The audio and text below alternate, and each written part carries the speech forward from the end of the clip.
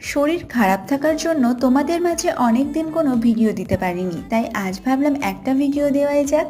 আর এই ভিডিওটা আমার এক বন্ধুর জন্মদিনের। সেদিন ফার্স্টে কেক কেটে আমরা স্টার্টারে নিয়েছিলাম মাশরুম ড্রাই চিলি, যেটার দাম নিয়েছিল 239 টাকা। মাশরুমের যে কোনো পদই আমার ভীষণ পছন্দের, আর এই পদটাও ছিল পুরো দুর্দান্ত। এরপর মেন কোর্সে আমরা নিয়েছিলাম 3 পিস বাটার তন্দুরি রুটি, যার পার পিসের দাম পড়েছিল 29 টাকা।